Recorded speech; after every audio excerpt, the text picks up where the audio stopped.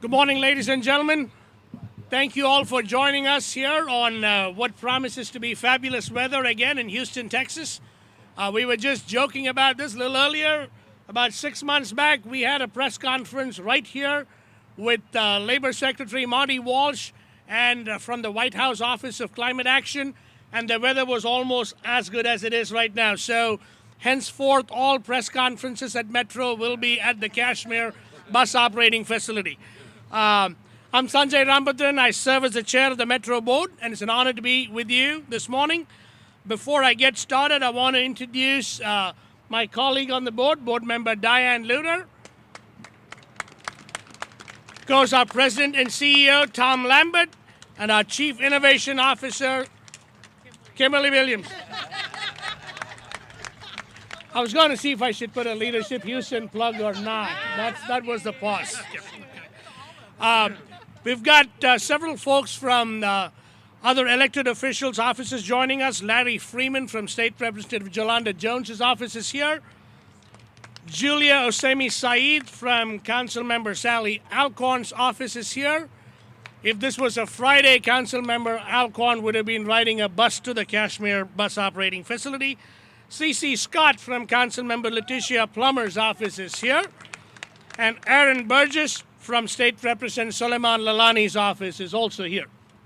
Thank you all for joining us. And of course, we are thrilled to have Mayor Sylvester Turner at the Kashmir bus operating facility. Thank you, Mayor, for being here. Today, we are proud to showcase two powerful innovations that represent Metro's steadfast commitment to progress. The future of public transportation is on the cusp of a revolution, driven by advancements in technology and a growing desire for sustainable multimodal mobility and transportation options. At Metro, we believe that innovation and sustainability are not just responsibilities of the agency, but truly they're opportunities for us to create a better tomorrow. We are passionate about building a thriving, livable, and equitable future for the entire greater Houston region, and we are working hard to make it a reality for generations to come. The future link that you see to my right is Metro's Shuttle of Tomorrow. This autonomous vehicle marks the next phase of our strategic plan to integrate autonomous vehicle technology into our transit system. We had a pilot project back in 2016, 2017. This builds on that and promises to revolutionize access to public transportation, offering a convenient and efficient travel experience for all, especially those residing in our underserved communities. This is also a fully ADA-compliant autonomous vehicle, which is the next phase of our project. The electric bus to my left behind me is just one of more to come, electrifying our community, and it's a part of Metro's climate action plan.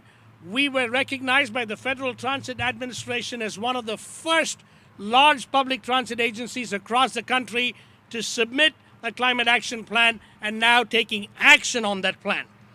This investment signifies, thank you. This investment signifies a commitment to a greener future by paving the way for the procurement of only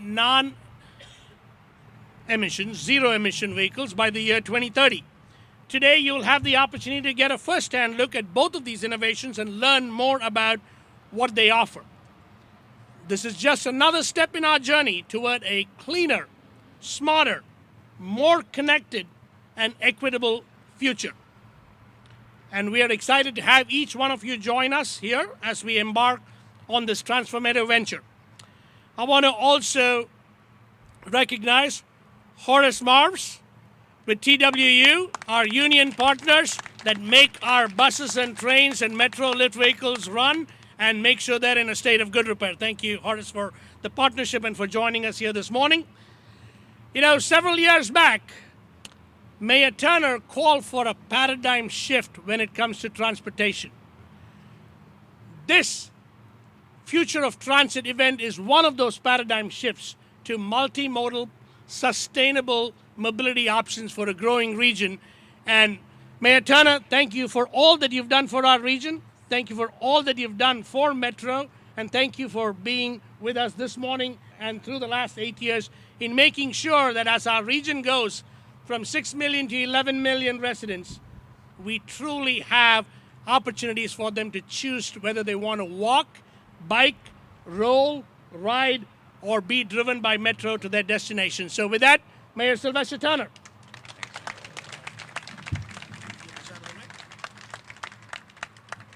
Look, let me thank Sanjay and appreciate his leadership as chair of the Metro Board. To Diane, always good to be with you. Yes, we have some outstanding board members. And to Tom, who will be wrapping up right along with me in a couple of weeks after giving close to, 45 years to Metro. Yeah, give it up to Tom. And I certainly want to acknowledge Kim. Kim is the queen of innovation. So she's like the point person here on this project. Before I get started, I do want to acknowledge Jesse Bounds, who is my director of the Mayor's Office on Technology and Innovation. So thank you. And Chris.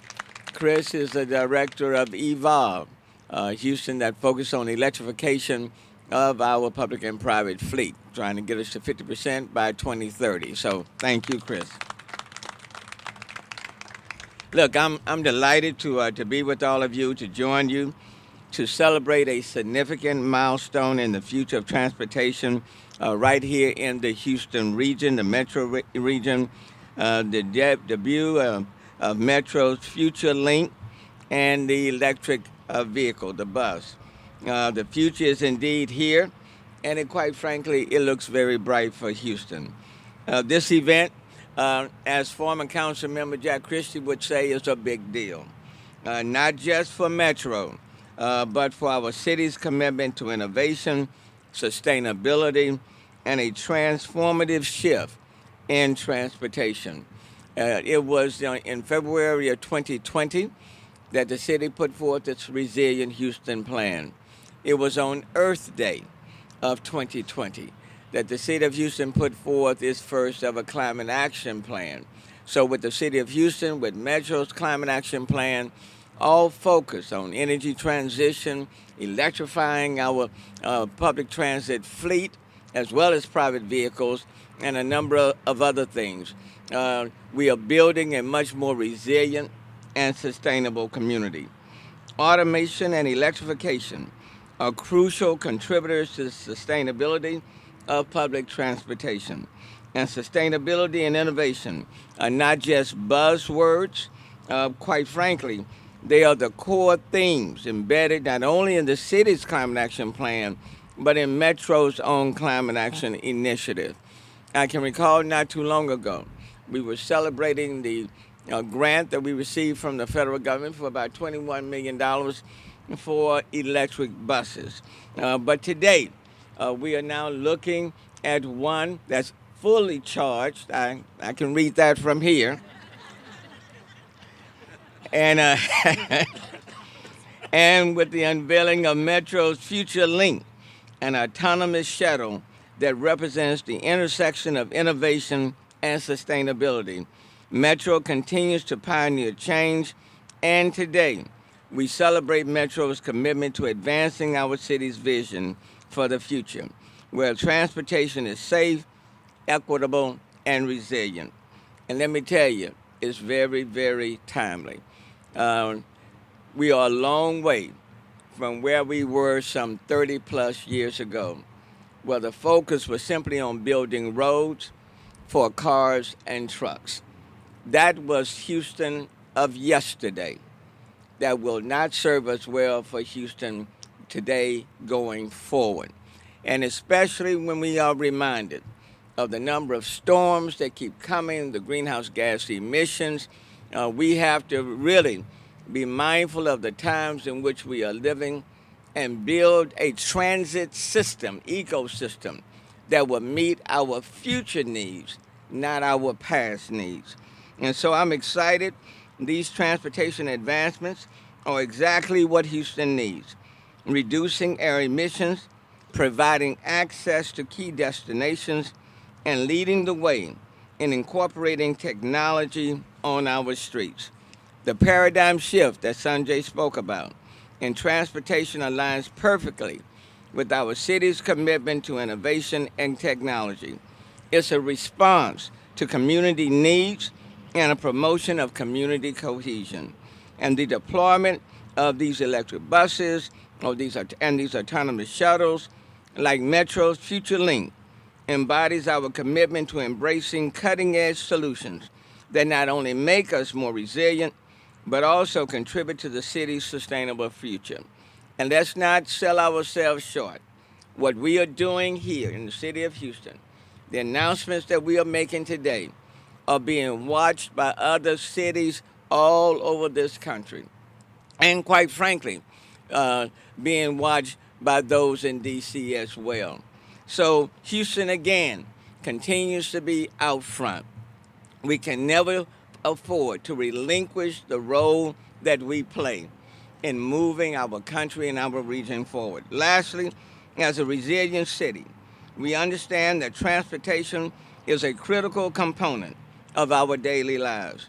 And Metro's Future Link, with its autonomous capabilities and zero emissions focus, represents a forward thinking approach to mobility that enhances community resilience.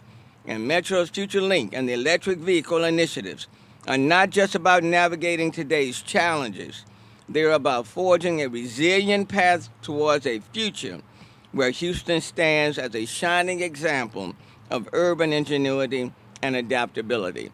I could not be more proud. And so, congratulations to Metro. Let's continue to move forward. Thank you, Mayor Turner, and thank you for all your leadership and all of your support for the past 8 years. You know, I'm very deeply grateful for the unwavering support of the Metro Board, the tireless efforts of all Metro employees, and the invaluable partnership of the United States Department of Transportation, Federal Transit Administration, and the City of Houston. Their dedication and collaboration made this day possible. I want to also extend a special recognition to the Innovation Queen. I got a new title for you now. Kim Williams and her entire team, and also the Houston Team Partnership. Kim actually, for many years, has led a regional partnership of a lot of regional partnerships: Port Houston, Texas Southern University, Texas Medical Center, City of Houston, Harris County. A lot of folks really looking at how we can embrace technology and how we really drive that to help us improve the quality of life in this community. So I really want to thank her for her visionary leadership, which has been instrumental in bringing this project from concept to fruition. Her unwavering commitment and expertise were crucial in overcoming challenges and ensuring its success. I remember quite well when this project was just a vision, and today I stand here filled with immense pride. Here we're celebrating this major milestone in Metro's commitment to innovation and to sustainability. As Board Chair Rahm has said earlier, innovation and sustainability are opportunities for transit to create a better future. And what does that better future look like?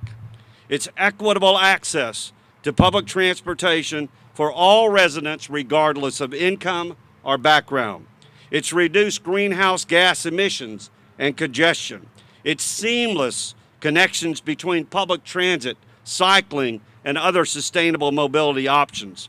It's a transit system that supports sustainable development, making communities more resilient to climate change and its impacts by minimizing resilience and reliance on private vehicles. It's a cleaner, healthier, and more equitable future for all.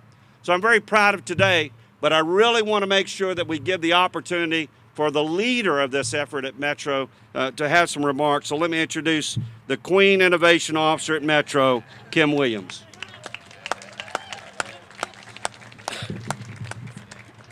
Thank you. I do appreciate that. Thank you, Mr. Lambert. Good morning, everyone. I'm Kim Williams, the Chief Innovation Officer for Houston Metro, and it's my pleasure to welcome you here today. I'm grateful to the visionary leadership of the Metro Board of Directors, and of course our CEO, Tom Lambert, Without their support and much patience, we would not be here today. Thank you to Mayor Turner, whose leadership on creating a more sustainable and resilient Houston provided the catalyst for Metro's sustainability initiatives, which you'll learn more about.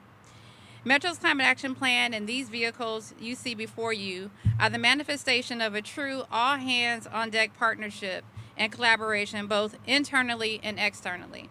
While I got a lot of credit today, it is truly not me alone. There are many, many people involved in this process, and I'd like for you to know about them. Some of you have had a chance to experience our electric bus during this year's City of Houston's Earth Day, and we are excited to begin service soon. Today, we're excited to share the first viewing of our Houston Shuttle of the Future, Metro's Future Link. Once deployed, it will be one of the first mid-size autonomous transit shuttles in the country that meet all federal standards and that provide a fully accessible experience for our riders with a disability. I'd like to recognize our project partners who made this one-of-a-kind vehicle a reality. And if you could just wave when I call you. Phoenix Motor Cars for providing the electric shuttle. AECOM for its project management support. All right. STV for planning and operational support. Transcend Engineers and Planners for traffic engineering support and a Metro certified small business. And last but certainly not least, Perrone Robotics for its integration of its nationally known autonomous driving system. I also want to thank our community partners. We have worked very closely with the community in developing this project and understanding how this technology interacts with their needs. I want to thank Texas Southern University, Houston Galveston Area Council, and Team Houston of the Texas Innovation Alliance. I can't say enough about the tireless and dedicated Metro team who made this day possible.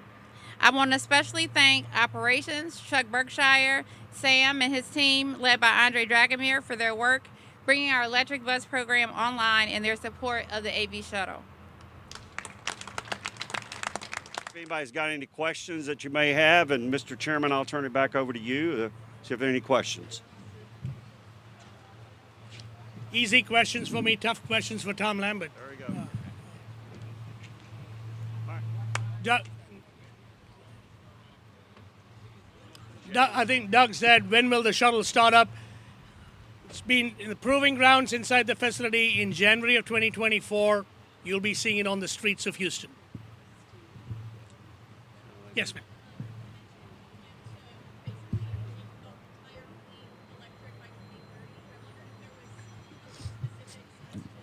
So it's not entire fleet electric by 2030. Our climate action plan calls for us to only buy zero-emission vehicles by the year 2030. That could be a combination of hydrogen fuel cells, electric vehicles, and who knows what technology advancements we'll see in the next 7 years. At the speed at which technology advancements happening, we could leapfrog into a new fuel source. We just don't know. But all options are open for us, and also making sure that we've got a fleet that works for the region, given that we live in a region that's prone to hurricanes and rain events and things along those lines.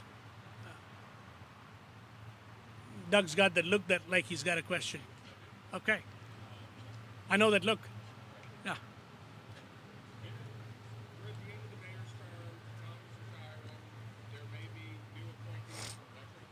Sure.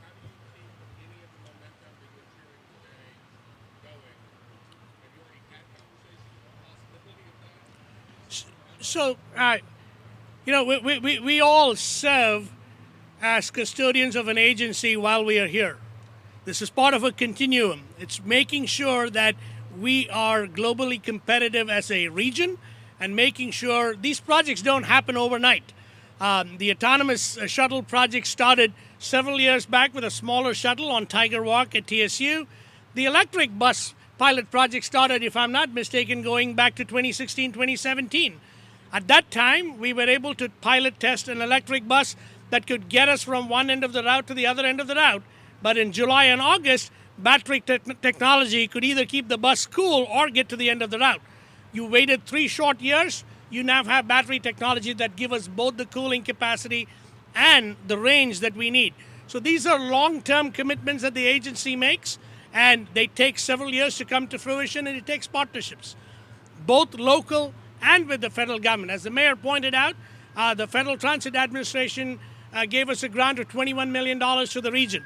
So I think these things span years and decades, and the critical thing that I would say is you put a plan together and you march towards it, and these things take time to come to fruition. And frankly, several of the things that we put in place, probably folks will come to appreciate it 10, 15, 20 years down the road. We're not working in weeks and months, but in years and decades to make sure that the region has a sustainable and resilient future, and that's what we're focused on.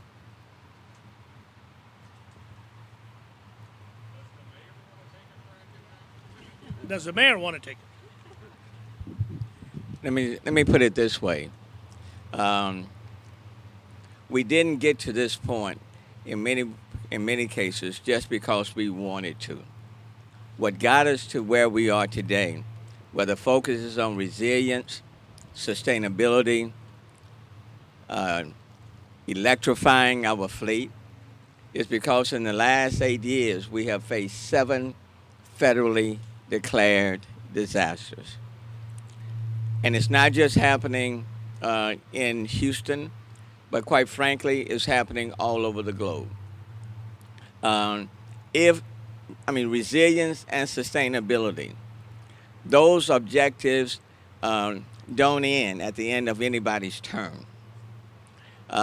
Those are things that you have to continue. You can't stop and start. And quite frankly, the emphasis now across the globe, and in this country especially, is to recognize that we all play a collective part in changing the way or provide additional modes of transportation, providing modes of transportation, for example, that are reducing greenhouse gas emissions, meeting the technology needs of folks within our city, autonomous vehicles. All of those things are not, they don't go away because, for example, my term ends at the end of the year, or because Tom Lambert's is retiring at the end of the year. It's not one and done and you claim victory. It is an ongoing effort to return to where we used to be in this city, for example, and in the metro region. If we return to where we used to be, then we are failing the people who live in our city and to people and businesses who will be moving to our city. And I don't think any of us want to go back where we were just car-centric or truck-centric. And then lastly, if you don't put forth a sustainable, resilient transit model, then the federal dollars that are made available will simply pass us by and will go someplace else. And if you all can recall, in the 1990s, when the city of Houston chose not to move forward in offering multimodal forms of transportation, those dollars simply went to other cities. Okay, so simply because we don't move forward doesn't mean that the resources will not get forwarded to others. Houston simply will be bypassed. I don't think any of us wants that, and I think it's vitally important that we remain a competitive city, not just in Texas, not just in the country, but globally. And at the same time, we recognize that we need to do our part in reducing greenhouse gas emissions. And we certainly don't want to have to repeat another 7 federally declared storms every 8 years in this area. Can you imagine the cost that will be? So I feel very confident.